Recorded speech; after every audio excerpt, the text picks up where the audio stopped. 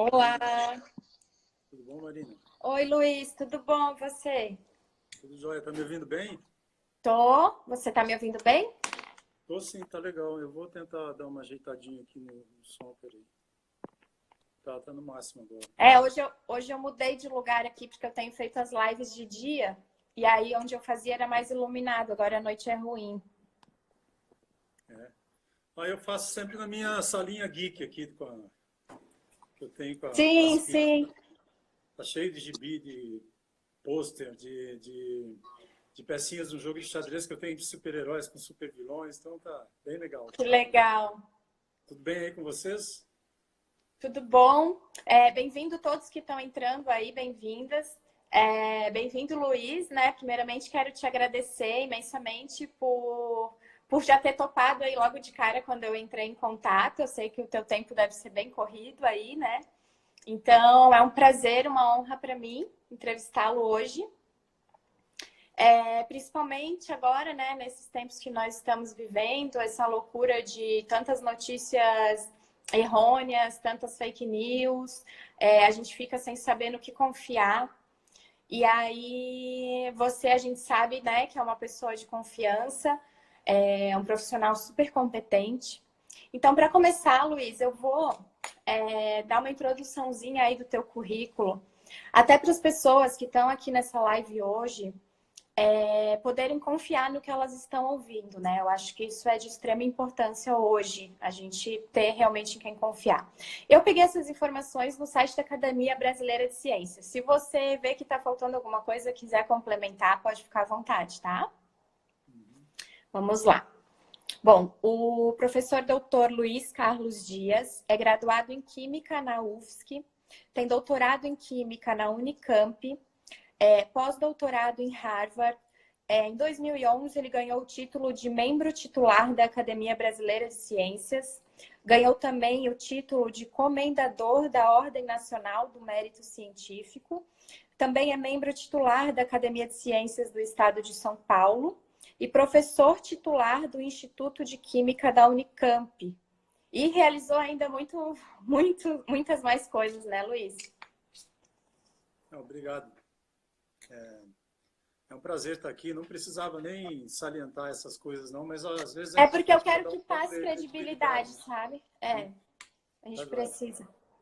Tá, mas eu agradeço então as palavras e cumprimento todos que estão assistindo. Eu estou vendo o nome de alguns nomes conhecidos aqui.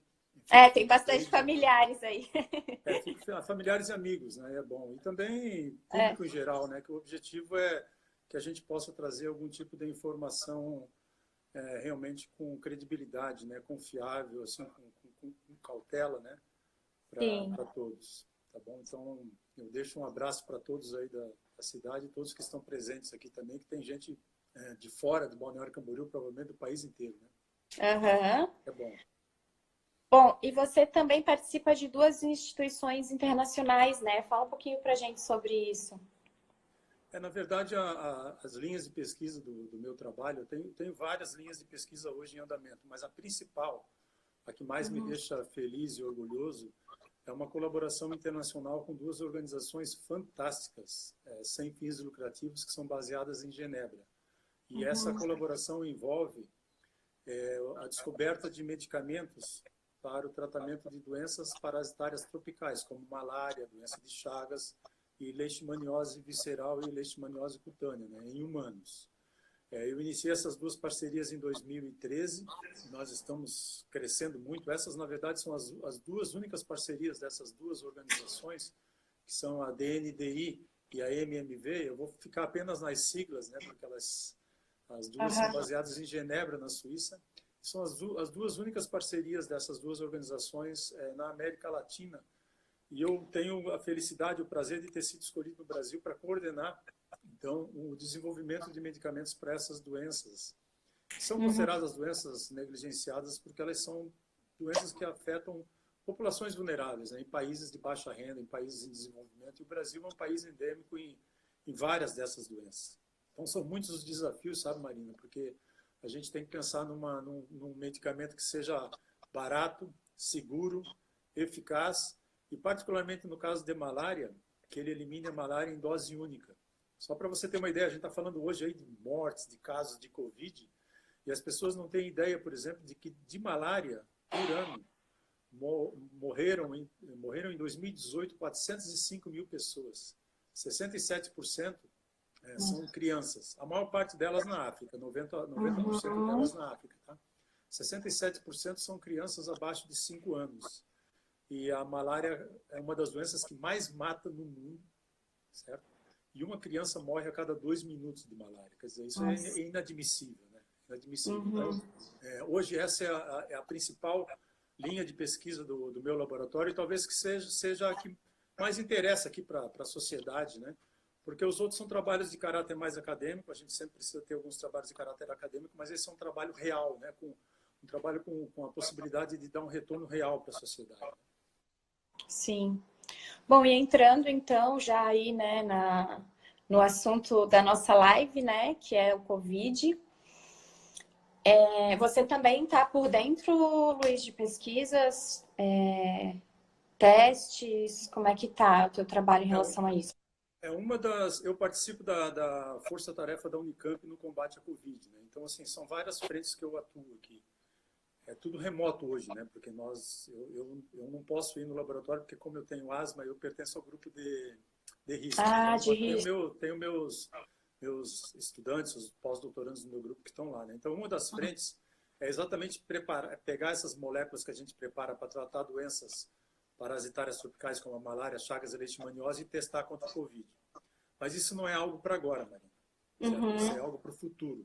Porque Sim. o Covid, ele veio para ficar, tá? Ele vai ficar com a gente aqui, o SARS-CoV-2, durante muitos anos, assim como os vírus de influenza, os vírus da gripe sazonais aí, eles estão com a gente. Então, a gente pode todo mundo aí se preparar, certo? De que nós vamos, durante muito tempo, conviver com esse vírus que causa a Covid-19, o SARS-CoV-2. Então, um dos objetivos, por exemplo, é que a gente possa testar essas mesmas moléculas que a gente está procurando para tratar parasitas, porque quando eu falo de malária, doença de Chagas e leishmaniose, essas são doenças causadas por parasitas. Parasitas são organismos vivos.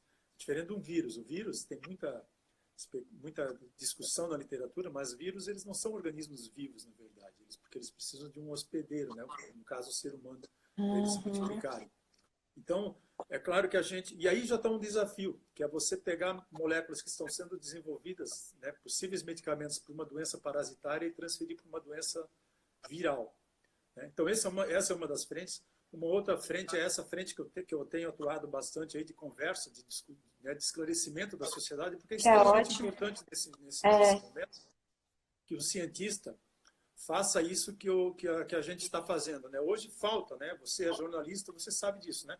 Falta uma comunicação maior com a sociedade, uma comunicação maior com a população. Então, nós não temos assim lideranças, por exemplo, hoje de autoridades sanitárias liderando o combate à Covid. Então, o que acontece?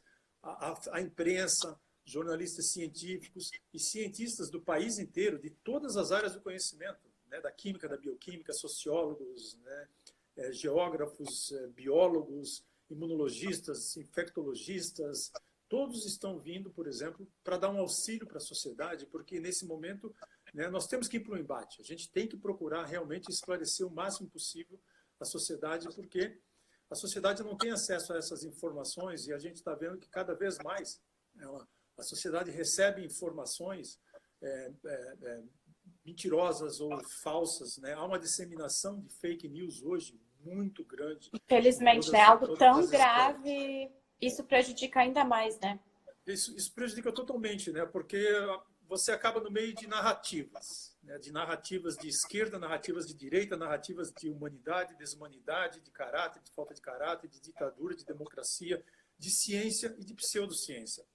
Então, nessa questão, é extremamente relevante hoje que cientistas, né, esclarecidos venham para a sociedade e trazer, né, aquilo que a gente está observando, né, porque todo dia, como essa é uma doença nova, todo dia sai alguma publicação em periódico internacional, todo dia sai alguma coisa nova com relação a esse SARS-CoV-2. Né? Então, essa frente é uma das frentes que eu estou atuando também na Unicamp. E tem outras frentes que a gente ajuda aqui, mais de colaboração, mas essas são as duas que eu acho que são mais importantes de serem destacadas agora, né, nesse momento.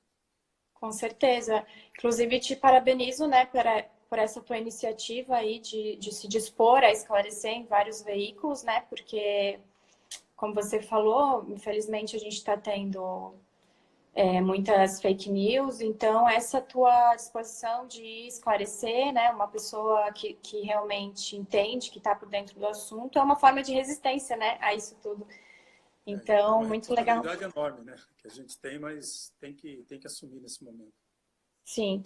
Bom, eu acho assim que a gente poderia, para entrar aí, né, no Covid, muita gente já com certeza já está por dentro do que é o vírus, mas uma explicação aí rapidinha do que é o Covid, né? Como que ele surgiu e o que é. A Covid-19 ela é a doença, né?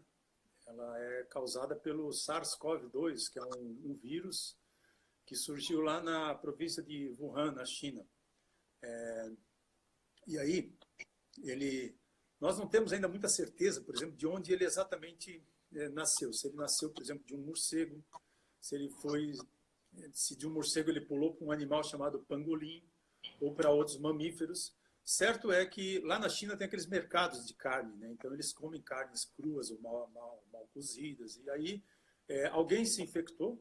E hoje, com a globalização, né, uma pessoa com esse vírus, ela viajou, saiu da China e foi para a Europa, da Europa foi para os Estados Unidos, e aí veio para o Brasil, e está no mundo inteiro, certo? Porque é um vírus altamente transmissível. Ele é um vírus diferente, por exemplo, do vírus da MERS, da SARS, porque ele é um vírus muito transmissível, ele fica muito acumulado nas vias aéreas superiores. Então, com esse trânsito internacional, né, porque o mundo hoje não tem mais fronteiras, né, e o vírus, certamente, ele não sabe onde é um país ou outro, onde é um estado ou outro, onde é uma cidade ou outra.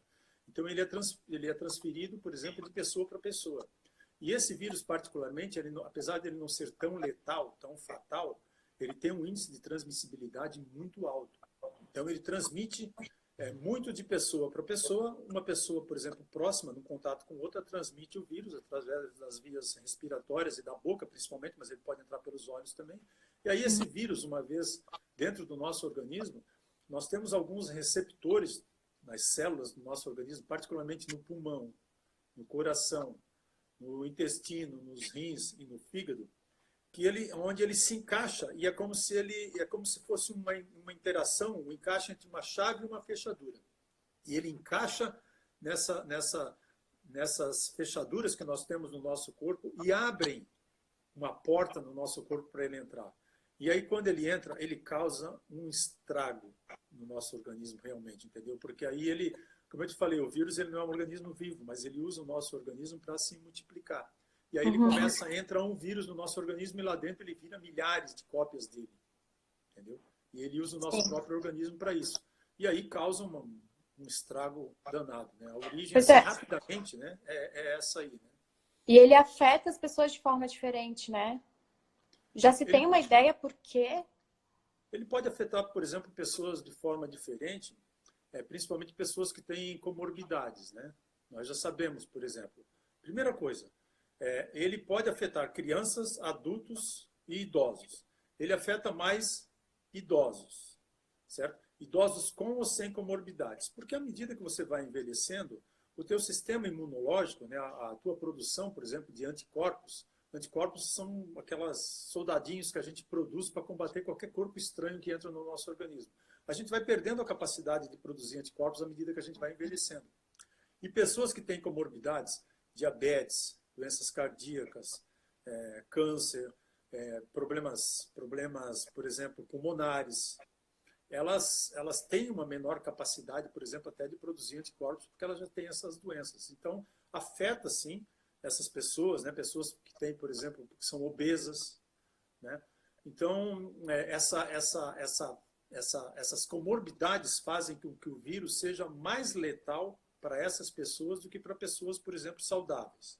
Tá? Então, já é conhecido, a gente está aprendendo muito sobre o vírus, né? Por exemplo, que cerca de 90% das pessoas que são infectadas com vírus, elas praticamente não sentem nada. entendeu? De 85% a 90%. Nossa, é um Os número próprios grande. anticorpos, os próprios anticorpos das pessoas dão conta, por exemplo, de combater e de eliminar o vírus. Então, por exemplo, você jovem, você sem comorbidade, uma criança, ou até um adulto que tenha, né, que esteja bem de saúde, que pratique exercícios físicos, pratique atividades físicas, que tenha uma boa alimentação, que tenha boa noite de sono, que viva uma vida relativamente tranquila, essas pessoas vão eliminar o vírus do seu organismo naturalmente. O maior problema são pessoas que têm comorbidades, gestantes, não é uma comorbidade, mas gestantes já são um grupo de risco hoje. A gente pode Pois falar é, eu sobre ia isso comentar depois. contigo isso, porque hoje no grupo da minha obstetra ela compartilhou com a gente, né, uma pesquisa recente que saiu, bem preocupante, né, de que 8 a cada 10 mulheres que morreram do Covid no mundo eram brasileiras, né? E não sei se isso se deve ao fato do sistema de saúde precário aqui, né, ou alguma outra. Esse aí foi uma pesquisa, ela foi publicada essa semana num periódico internacional, eu esqueci o nome, mas foi um periódico internacional de ginecologia e obstetrícia, né? Confiável? Que envolveu gestantes e puérperes, né? Isso, gestantes e puérperas. Então, o número de mortes maior foi, inclusive, para puérperes. Só para explicando, são pessoas que, depois do nascimento, aí nesse período de 42 dias, né? Pós-nascimento, certo? Puérperes. Que já estão com a imunidade mais baixa também. Isso, né? que estão com a imunidade mais baixa. Mas, assim, ó, acontece que essa pesquisa só trouxe dados do Brasil. Então, a gente precisa cuidar, porque a gente não sabe como outros países também reportaram esses dados aí, tá? Então, nós não podemos, ainda é cedo para dizer, por exemplo, que isso foi uma característica do país. Porque se você olhar essa pesquisa, 77% das mortes de gestantes e puérperes foram no Brasil. Eu não acredito que tenha sido assim. O sistema de saúde brasileiro não é tão pior, por exemplo, para acesso a essas pessoas, do que a maior parte dos países de baixa renda, do que a maior parte dos países em desenvolvimento. Então, é melhor, assim, esse trabalho só... Eles fizeram um levantamento, por exemplo, num sistema de informação de vigilância epidemiológica, eu lembro, eu sei disso, mas eles só compararam com dados do Brasil. Eles procuraram dados em outros países e não encontraram muito. Então, isso aí vai surgir em algum momento, tá? Mas certo é o quê? É preocupante. É preocupante porque gestantes e puérperes entraram no grupo de risco agora, certo? E aí, é claro, né? Depois que você tem filho, né, nesse período aí de 42 dias, que é esse período de puerpério, né? O teu sistema imunológico, isso é conhecido, ele fica mais fragilizado, certo? Aí soma isso alguns outros fatores, que podem ser fatores de risco, como obesidade, como diabetes, como doenças respiratórias, como doenças cardiovasculares. Então, tudo isso aí pode contribuir nesse período, tá? Mas é realmente um dado muito preocupante. Certamente, assim, pode estar envolvido com um pré-natal de baixa qualidade, né? A gente sabe que tem barreiras de acesso a cuidados de saúde para essas pessoas, falta alguns cuidados e recursos críticos, mas talvez seja bom a gente esperar um pouquinho para realmente ter outros trabalhos relacionados para a gente poder talvez comparar com outros países. Uma pesquisa com uma abrangência maior, né? Sim, precisa. Mas olha só, é um dado realmente preocupante, né? Sim. Um dado bem recente e é preocupante. Isso aí foi publicado essa semana. Tá? Ô Luiz, e muito tem se falado aí de alguns medicamentos, né? Eu queria então ver contigo, existe realmente hoje algum medicamento profilático ou imunoterápico? Olha, profilático não tem, né? Profilático, para explicar para as pessoas, é um que protege, né? Que funcionaria como vacina. Tá? A gente tem que ter em mente o seguinte, nenhum dos medicamentos hoje que nós temos disponíveis no nosso arsenal terapêutico, que estão aí nas farmácias, ele foi desenvolvido para tratar o SARS-CoV-2, para a Covid-19. Eles foram desenvolvidos para tratar outras enfermidades. Eles têm outros efeitos terapêuticos, certo? Então, a gente usa, uma das possibilidades, por exemplo, enquanto nós não temos uma vacina, o que é? É usar medicamentos que estão disponíveis no mercado, nas farmácias, no mundo inteiro, para tentar verificar se algum desses medicamentos pode ter uma ação antiviral, mesmo que eles não sejam antivirais. Tá? É claro que quando surge uma epidemia ou uma pandemia como essa, o mundo inteiro estuda primeiro os antivirais. Então, nós já temos vários medicamentos antivirais no mercado. Todos eles são sempre estudados. E depois desses que a gente chama de primeira linha de frente, depois vem outros medicamentos que têm outro efeito terapêutico, mas que, nesse momento, né, de pandemia, e a gente não tem muita alternativa enquanto não tem uma vacina, tenta buscar alguma alternativa, né, terapêutica. Então, a gente faz aquilo que chama reposicionamento de fármacos. É encontrar uma nova utilização, um novo uso para um medicamento que já é conhecido, para tratar, no caso agora, a Covid-19.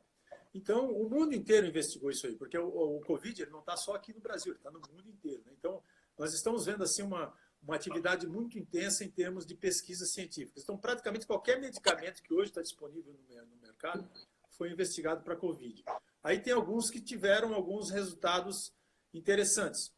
Mas como que são feitos esses estudos, Marina? Primeiro, você faz assim, você faz uns estudos, você não vai logo testar em seres humanos, você faz aquilo que a gente chama de estudos in vitro, que são estudos em células infectadas. Então, você pode pegar células de pulmão, de macaco, e outras células e infectar, por exemplo, com um vírus, certo? Você isola o vírus de uma pessoa infectada, né? Aqui no Brasil, por exemplo, quando o vírus chegou, o primeiro paciente, lá no mês de março, aqui no Instituto de Biologia da USP, eles isolaram o vírus. Você precisa de um laboratório muito especial, né, de nível 3 para fazer isso, muito especial. E aí esse vírus foi distribuído para vários outros laboratórios do país inteiro, onde tinha laboratórios em condições de fazer. Então, aí o que acontece? As pessoas começam a testar os medicamentos que tem lá nas farmácias, colocar in vitro. Então, in vitro é uma célula infectada. Não é a mesma coisa que testar no organismo.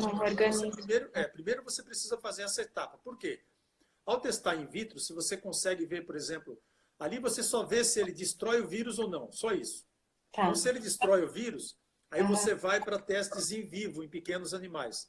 Ratos, camundongos, aí depois você vai para macacos, entendeu? Aí você infecta esses animais com o vírus, porque você tem que fazer isso, não tem outra opção. Infecta esses animais com o vírus, e ao infectar esses animais com o vírus, o que você faz? Você vê se ele diminui a carga viral, se ele melhora o quadro da infecção, qual é o efeito naquele animal. Se ele passa nesse ensaio animal, depois ele vai para seres humanos, então, que tenha a Covid. Então, baseado nisso, nós chegamos em algumas moléculas aí que apresentaram resultados in vitro interessantes. Aí eu posso salientar talvez aquelas que estão mais na moda aí, entendeu? Por favor, pode ser. Uma delas é a cloroquina. A cloroquina ela é usada no Brasil para tratar a malária, que nós temos lá na região norte, casos de malária, tem uns garimpos lá. A maior parte dos casos de malária se encontra lá na região norte no Brasil, lá perto do Acre, lá na região do Acre. Nós temos cerca de 200 mil brasileiros hoje com malária. Mas a cloroquina ela é utilizada para tratar malária lá, mas ela foi desenvolvida para tratar malária lá na África. Só que o parasita lá na África já adquiriu resistência. E nós já temos hoje na África, por exemplo, outros medicamentos que são mais seguros e mais eficientes para tratar a malária lá. Então a cloroquina já não é mais usada lá. Ela é usada aqui no Brasil. E ela logo, logo vai deixar de ser usada, porque uma dessas organizações com que eu trabalho já desenvolveu um novo medicamento em dose única para tratar a malária aqui no Brasil, que está agora sendo aprovada pela Anvisa. Só que a desvantagem é que grávidas não podem usar, gestantes não podem usar, e crianças, pessoas abaixo de 16 anos também não podem usar. Pois tem tudo isso ainda dos medicamentos, tem tudo né? Isso, sim. Mas se você os pegar, efeitos colaterais, se você pegar grávidas, gestantes também não pode usar cloroquina. Porque um dos efeitos colaterais mais graves da cloroquina é que ele altera o batimento cardíaco e pode causar arritmia cardíaca. Tá? Então, a cloroquina ela apresentou um efeito in vitro interessante, que justificava um estudo em vivo. Só que o que acontece? Quando foi estudar em pessoas e seres humanos, e aí tem vários estudos, tá? E hoje, com essa questão da Covid, como é uma pandemia, tem estudos sendo publicados muito rapidamente, e alguns deles de qualidade duvidosa, contra a cloroquina e a favor da cloroquina. Então, eu tenho que deixar isso claro. Só que a maior parte dos estudos realizados hoje, publicados nos melhores periódicos, eles são... E quando eu falo estudos, eu estou falando em ensaio clínico, em seres humanos, pessoas que são acompanhadas num hospital, entendeu? Eles são contrários ao uso da cloroquina e está muito claro assim que esses ensaios clínicos em seres humanos já mostraram que a cloroquina não é uma alternativa terapêutica para a Covid-19. Infelizmente, não é. Ela não vai ser a solução. Ela causa mais danos do que benefícios. E na medicina a gente tem, né, tem uma norma, né? Antes de curar, não pode fazer mal. Tá? Então, a cloroquina ela tem esse efeito colateral extremamente adverso. E outra, o tratamento para malária, as pessoas falam, né? Mas ela vem sendo usada para malária. Assim, o tratamento da malária dura 3 dias. Certo? E tem uma dose máxima que pode ser utilizada, que é em torno de 25 miligramas por quilograma de quilo, né, da pessoa. Sim. Então, e essa cloroquina ela não pode ser utilizada sem um acompanhamento médico. Porque como ela causa arritmia cardíaca, o paciente tem que estar sempre indo no hospital e verificando o batimento cardíaco através de um eletrocardiograma. A mesma coisa vale para e a dose também não vai ser a mesma para todo mundo, né? Se é por peso. Não, a dose não pode ser a mesma, porque, primeiro, não é qualquer pessoa que pode tomar. Por exemplo, pessoas que têm comorbidades não podem tomar cloroquina, elas já estão automaticamente fora. Então, gestantes sempre fora, tá? Gestantes, ou mulheres que pretendem engravidar nos próximos 3 meses não podem tomar também. Então, pessoas, por exemplo, que têm problemas cardíacos não podem tomar em hipótese alguma, porque aí é como se fosse uma bomba. É realmente o veneno para eles. E a mesma coisa vale para a hidroxicloroquina. A hidroxicloroquina ela é um pouco menos tóxica do que a cloroquina, mas ela também é tóxica. Tá? Então, aí as pessoas vão dizer, mas ela é usada para lúpus e artrite. Numa dose pequena e com acompanhamento médico. Então, qual é o problema, Marina? Isso que eu vou falar agora, vale para qualquer medicamento. Usar esses medicamentos sem acompanhamento médico é um risco enorme para a saúde. Porque se você usa cloroquina ou hidroxicloroquina em casa, né, e sem um acompanhamento médico, sem fazer um eletrocardiograma, você corre risco de ter problemas cardíacos sérios, inclusive morte súbita. Porque ninguém sabe a quantidade, a dose que você está utilizando. Então, em hipótese alguma, esses medicamentos deveriam ser usados fora de um ambiente hospitalar. Valeu estudar em ensaios clínicos? Claro, a gente não está sem alternativa. Então, óbvio que valeu estudar, mas já se chegou à conclusão que eles não são interessantes, entendeu? Eles não têm nenhum benefício. Aí nós vamos para outra, nós vamos para a ivermectina. Pois é, que inclusive, para quem não sabe, eu estou falando aqui de Santa Catarina, né? E Luiz de Campinas, né? Você está em Campinas hoje. Campinas. E aqui em Itajaí, que é a cidade que eu estou morando agora, está sendo distribuída pela prefeitura esse medicamento. Está sendo distribuída a ivermectina, só a ivermectina ou com mais algum componente? Não sei te dizer, mas eu sei que a ivermectina está sendo distribuída. Já vou conferir aqui, pode ir falando. Porque assim, a ivermectina ela é um antiparasitário, né? Ele é utilizado para tratar pulgas, carrapatos, piolhos, né? A gente usa muito para tratar piolho em criança, né? É uma das opções. E para tratar vermes, né? O que ela faz por exemplo, causar paralisia e morte nesses bichinhos aí, nos piolinhos, nas pulgas, nos carrapatos. Então, ela é um medicamento neurotóxico. Então, ele pode causar problemas nos nervos, por exemplo, no cérebro. Então, tem que ter muito cuidado com isso. É ivermectina somente. Então deixa eu te falar. Mais de 47 mil pessoas já retiraram. Então, tem que ver se o kit só tem ivermectina ou se tem outros componentes. Porque aí, o que eu vou falar aqui tem relação com isso. Porque várias prefeituras por aí, algumas prefeituras... No próprio site da Prefeitura de Itajaí, diz que é a distribuição de ivermectina, não fala nenhum outro componente junto. Então, porque algumas prefeituras estão distribuindo ivermectina junto com cloroquina, com azitromicina, o que é um perigo danado. É um perigo danado, entendeu? Então, assim, uma coisa é você distribuir só a ivermectina. Mas olha só, a ivermectina, ela é segura, ela é relativamente segura numa dose aí de cerca de 12 miligramas por dia por pessoa, por alguns dias, no máximo aí uns 5, 6 dias, entendeu? Se você usa uma dose maior, e esse é o problema de você usar em casa, porque você nunca sabe quantas doses, quantos comprimidos as pessoas estão tomando, entendeu? Então, se você usa uma dose maior, essa molécula, a ivermectina passa a ser agora uma molécula perigosa, porque ela é neurotóxica, tá? Ela pode causar danos nos nervos, danos nos cérebros, Tá? Então, a dose ela é extremamente importante. Outra coisa que é muito perigosa é você usar, por exemplo, combinação de medicamentos. Quem é médico sabe que combinações de medicamentos são extremamente perigosas. Esses medicamentos, quando eles são aprovados para uso em humanos, eles são aprovados sozinhos, eles isolados, né? Então, a fase de testes em seres humanos, lá tem 3 fases, né? Fase 1, 2 e 3. A primeira fase só são avaliados, por exemplo, a segurança desse medicamento, se ele é seguro ou não. E aí se analisa efeitos colaterais, tudo. E nas fases 2 e 3, então você avalia, por exemplo, se ele continua sendo seguro, porque segurança é avaliada sempre. E aí nas fases 3 e 4 você avalia, por exemplo, qual é o efeito terapêutico dele. Se ele tem algum efeito, por exemplo, benéfico para tratar aquela doença, entendeu? Então, quando a ivermectina foi estudada, foi em fase 1, ela foi estudada sozinha, não em combinação. Os kits, as prefeituras que estão entregando por aí kits que tem ivermectina, cloroquina, azitromicina, porque essas estão cometendo um crime de saúde pública. Por quê? Porque nunca foram esses medicamentos estudados em combinação. Então você não sabe, né? Essa eu acho que é uma das maiores deficiências disso aí. Eu não estou dizendo que esses médicos estão cometendo um equívoco porque querem cometer. Não, eles provavelmente, alguns deles, a maior parte deles, não tem ideia de como um medicamento é desenvolvido, entendeu?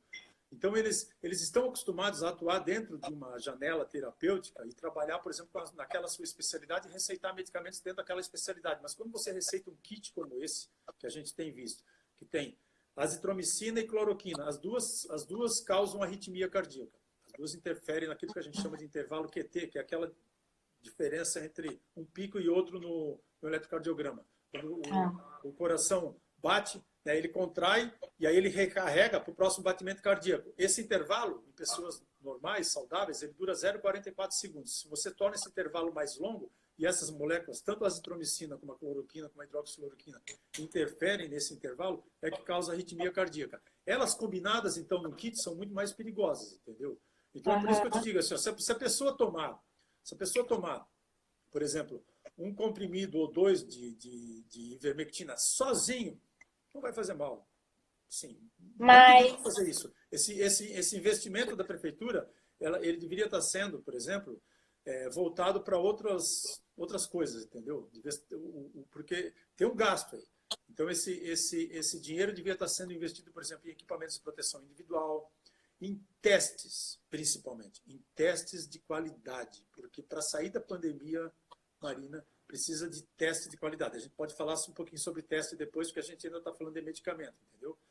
Então, e gastar, por exemplo, com proteção para os profissionais de saúde, né, com artigos de higiene para a população, eventualmente até cestas básicas, não sei. Porque esses medicamentos, a política de medicamentos, eu vejo como uma política eleitoreira. Eu não vejo outra razão, porque não tem nenhum efeito, nenhum benefício comprovado para o uso desses medicamentos.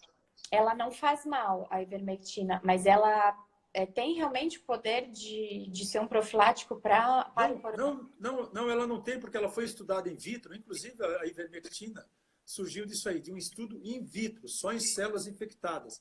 Não tem até hoje, nenhum estudo clínico sério que a gente fala, é um estudo clínico randomizado, quando assim os pacientes são escolhidos de forma aleatória. Duplo cego, quando assim o médico não sabe o que está receitando, o paciente não sabe o que está recebendo. E com grupo placebo, porque você sempre precisa de um grupo placebo, por exemplo, para controlar. Então, não existe nenhum estudo clínico nessas condições, randomizado, duplo cego e com grupo placebo, que mostre, por exemplo, que a ivermectina tem ação terapêutica no combate à Covid. Não tem. Muito pelo contrário. Os ensaios, os estudos que tem até hoje, mostram que ela não tem. Que a dose que seria necessária para ter algum efeito profilático pequeno, seria uma dose 17 vezes maior do que a dose máxima permitida para uso em ser humano. E nessa dose, ela é neurotóxica, entendeu? Então, aí não... Agora, kits, se o kit aí tem combinações com outros medicamentos, é um erro, é um equívoco. Se é só ivermectina e se são poucos comprimidos, o máximo que eu vou te dizer é o seguinte: a população de Itajaí vai ficar livre de piolhos nas próximas semanas, entendeu? Certo? Mas o risco, o que é? O risco é que nenhuma política pública deve ser baseada em pseudociência. Nenhuma política de saúde pública deveria ser baseada, por exemplo, em achismos, né? Em relatos pessoais de médicos, porque são relatos anedóticos, entendeu? E a gente costuma dizer, né, que mas alguém usou e tomou.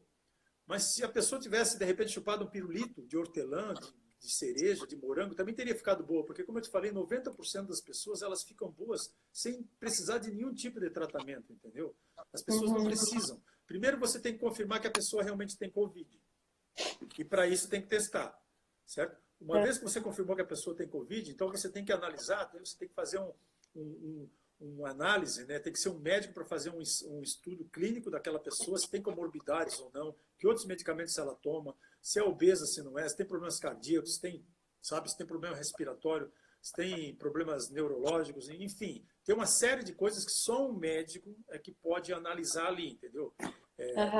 Fazer uma distribuição aleatória, sem acompanhamento médico, eu acredito que isso aí é algo para o Ministério Público analisar, certo? Nosso papel enquanto cientista é alertar a população, certo? Agora, o médico, eles provavelmente estão querendo, né, estão pensando nas pessoas, eles querem fazer a coisa certa, mas médicos não têm, nem todos têm ideia de como funciona o método científico, de como é, né, o desenvolvimento de um medicamento, certo?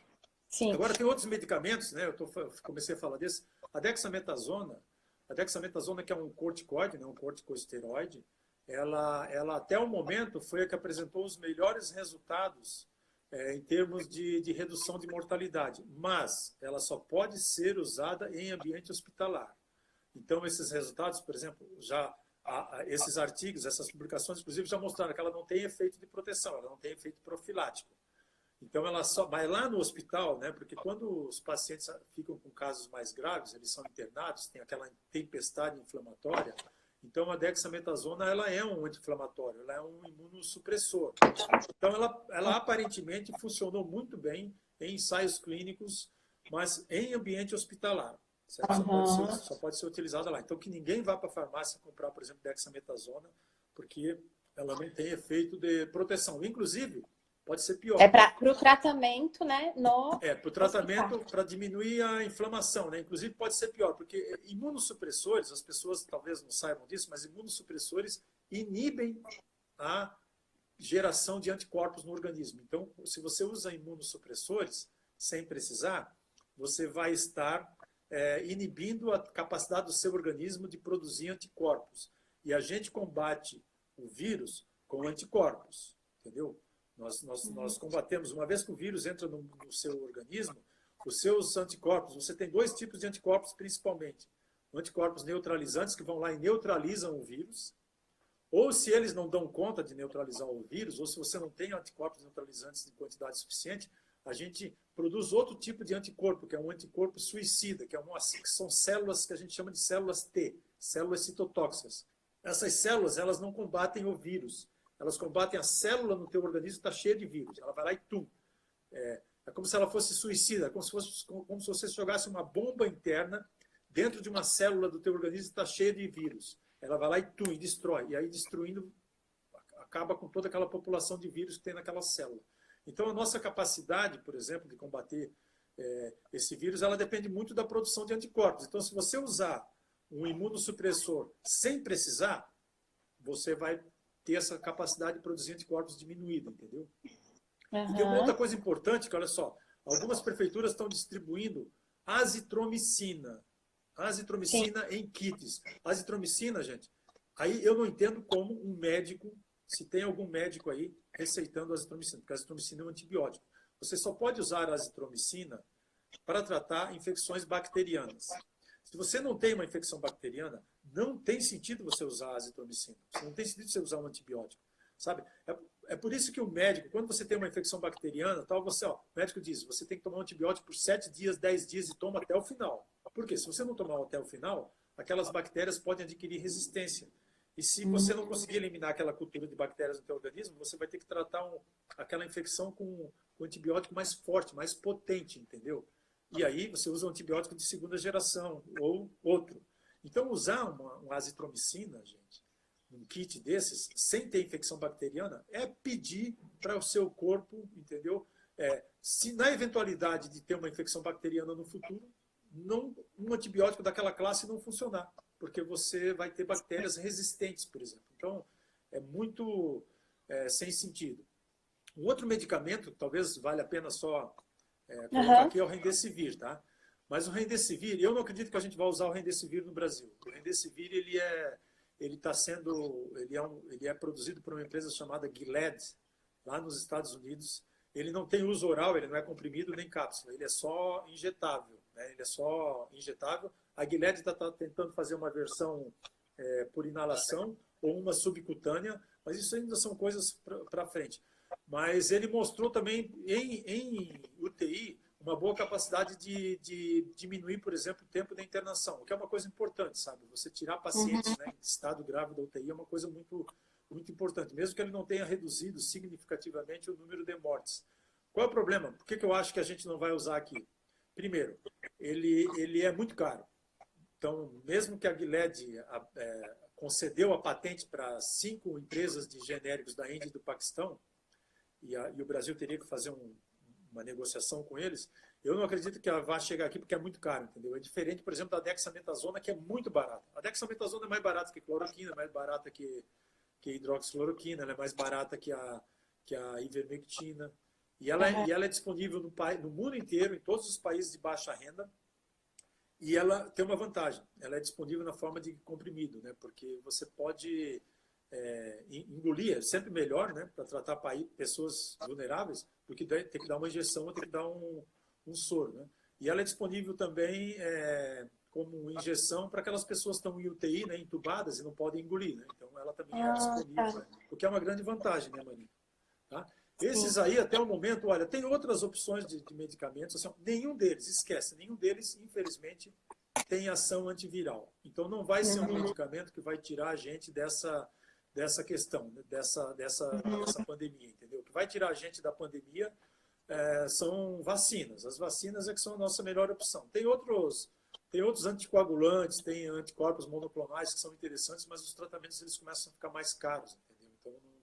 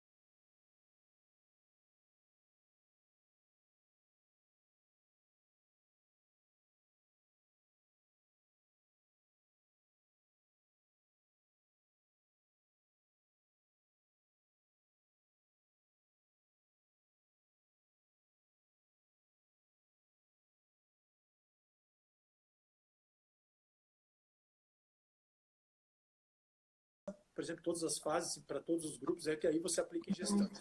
Gestante é um caso muito sério para você usar a vacina. Tá? Então, ela não entra, gestantes ou mulheres que querem engravidar no período de 3 meses não entram, por exemplo, nessa fase 3. Mas aqui no Brasil vai ser testada lá pela Universidade Federal de São Paulo, a Unifesp, em 5 mil voluntários de diferentes regiões do Brasil, certo? Então, você pega pessoas aí com comorbidades, obesas, com problemas cardíacos, né, e com vários, né, porque ela já passou na fase 1 e ela já mostrou que é segura.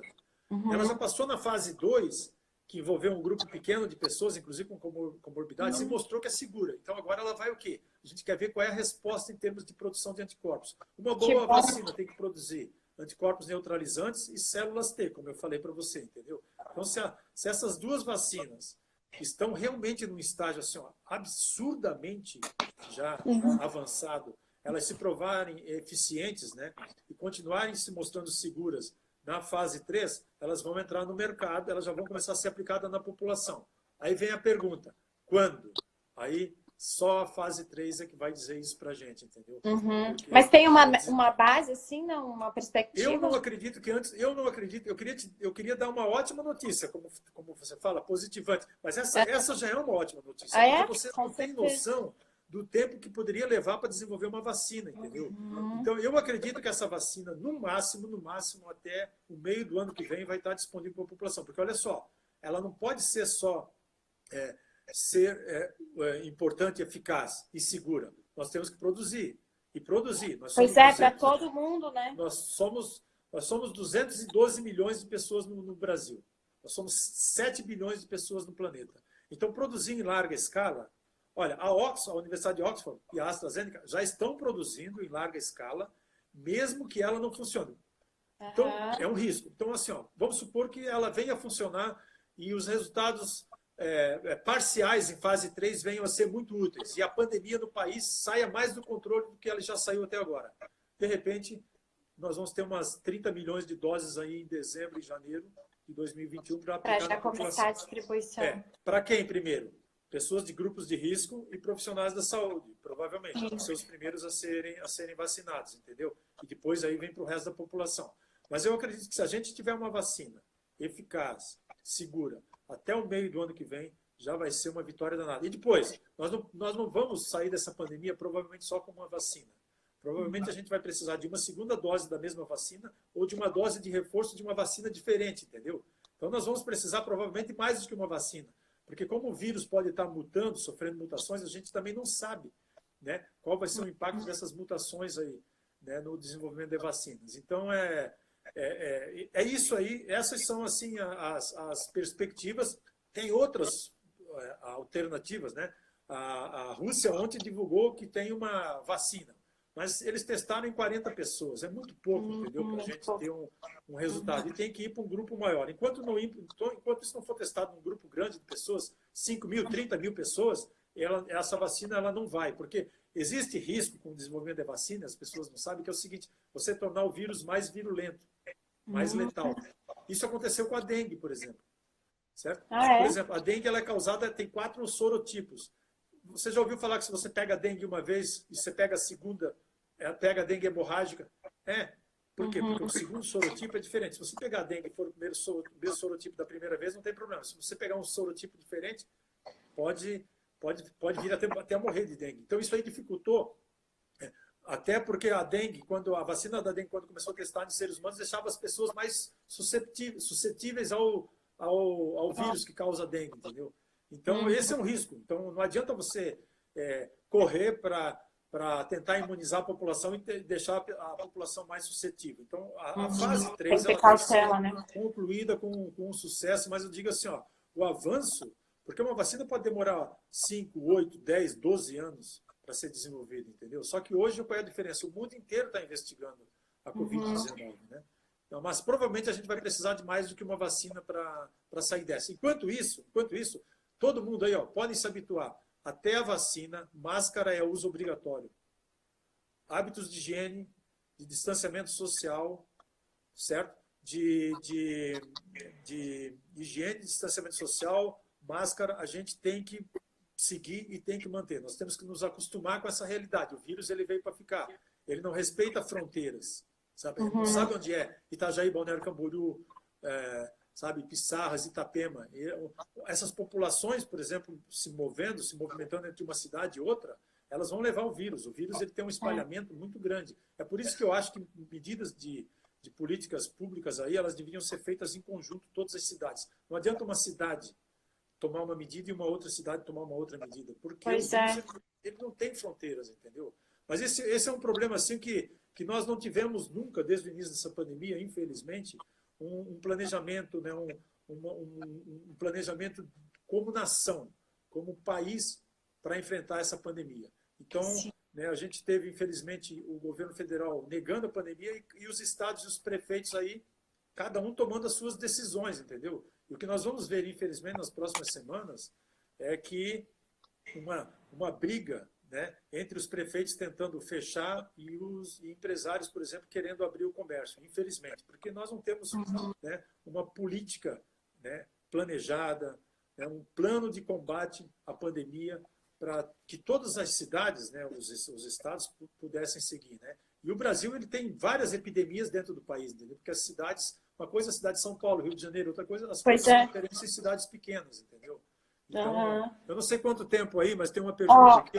56 minutos já. Antes da pergunta dela, só recebi uma no privado aqui. Se você acha que essas vacinas vão ser distribuídas gratuitamente para a população? Olha, o governo federal tem a obrigação de distribuir as vacinas gratuitamente, mas certamente o SUS, né? O SUS é fantástico, né? O SUS foi criado em 88 e o SUS é que está salvando milhares de vidas aí no país. Então, vai ser distribuída gratuitamente, provavelmente, né? O governo tem que bancar isso, mas você vai ter acesso também em clínicas de vacinas privadas, né? Mas certamente a população brasileira vai ser através do SUS. Se a gente adquire uma imunidade, nós não sabemos ainda, né? Mas provavelmente, pela prevalência do vírus, nós não sabemos ainda se a gente pode ser infectado uma segunda vez ou não, mas tudo leva a crer que não. Tá? Não tem casos registrados ainda? Que uma vez que você foi infectado, você não pega o vírus novamente.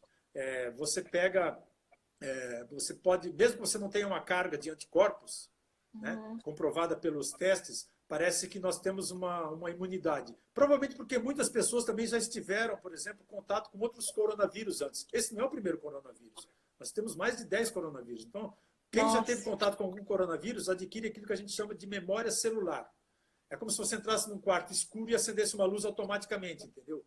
O vírus entra no seu organismo, o seu corpo já cria, já gera aqueles anticorpos para ir lá e combater. Porque em algum momento a gente já teve contato com outros coronavírus, entende? Então, a resposta ali provavelmente não vai ter uma segunda infecção. Mas, por via das dúvidas, se você já teve, foi confirmado, continua usando máscara, continua tendo os hábitos de higiene, mantendo o distanciamento social. Por quê? Porque você mesmo que pegue uma segunda vez e não faça mal para você, mas você pode transmitir. Pode transmitir, né? Isso pessoas, que acho que as pessoas não entendem que estão aí na rua. Elas não entendem. E assim, para sair também aí as cidades, o que eu digo é o seguinte, testagem. Teste de RT-PCR. Ou, se não tem teste, visitem as pessoas, as casas. Quem tiver algum tipo de sintoma de Covid, isola, rastreia os contatos, isola os contatos. É a maneira mais racional hoje de combater. Ou tem teste, faz os testes, isola e rastreia os contatos. Se não tem teste, faz isso, visita. Tem algum sintoma de Covid, isola, deixa em casa os contatos, rastreia os contatos dos últimos dias, faz como a Prefeitura de São Caetano do Sul fez. Eles fizeram isso e foi um resultado fantástico. Certo? A gente vê nesses países que fizeram isolamento, né? Que já estão lá na nossa frente. O isolamento social, assim, felizmente, alguns... É claro que muitas medidas foram tomadas equivocadas, de governadores, de prefeitos, tudo, mas o isolamento social, que a maior parte dos governadores adotou, principalmente nas cidades com maior densidade populacional, salvou milhares de vidas. Isso aí é inegável. Sim. Falta um minuto só. Tinha tanta coisa para perguntar, olha aqui. Eu também tinha bastante coisa para falar, mas... quem sabe a gente marca uma próxima, até porque com certeza devem surgir novidades, né? Podemos, aqui tem novidade todos os dias, né? Ontem teve uma publicação do artigo que foi fantástico para a área de vacinas, sabe? Então, as perspectivas são muito Se você muito puder, boas, né? A gente marca uma próxima, pode ser? A gente marca, assim, eu fico à disposição aí de Ó, todos. Não dá para responder as perguntas, eu vi algumas aqui, né? Mas é, a gente marca, daí a gente fala de outros tópicos, eventualmente, principalmente a parte de testagem, né? Ah, na segunda-feira, viu? Na segunda-feira eu vou fazer uma live com o prefeito de Camboriú aí, eu já estou fazendo propaganda aqui. tá. Amanhã, eu acho que ele já deve Pessoal, estar acho que divulgando vai aí. cair. Essa É. live vai ficar salva no meu YouTube, Marina Comunicadora, aqui no IGTV e no meu Spotify, Marina Comunicadora. Então, se você quiser enviar aí para os seus familiares, e não é fake news, nos grupos da família, dos amigos, fiquem à vontade, tá bom? Luiz, muito obrigada. Não tenho nem palavras para te agradecer. Tanta informação importante. E desejo aí muito sucesso no teu trabalho, nas tuas pesquisas. E venha mais vezes, então, para trazer essas informações para a gente, tá? A gente combina. Gratidão. Na segunda-feira tem essa live com o doutor Elcio, prefeito de Camboriú, e na terça-feira, 9 da noite, um programa É, comigo pena que a gente tem que encerrar assim na- correndo, porque tem muito mais perguntas aqui. Mas a no gente canal faz uma Futura, próxima. tá bom? Tá? Ah, legal, hein? Boa No dica canal para a gente Futura, fazer. 9 da noite, terça-feira, dia 21 de julho, sobre os trabalhos que eu faço aqui. Show, parabéns. Parabéns Beijo. mesmo. Um Beijo abraço. para Tchau, todos tchau. aí. Obrigada a todos que participaram. Tá, Até a beijo, gente. próxima. Tchau. Tchau.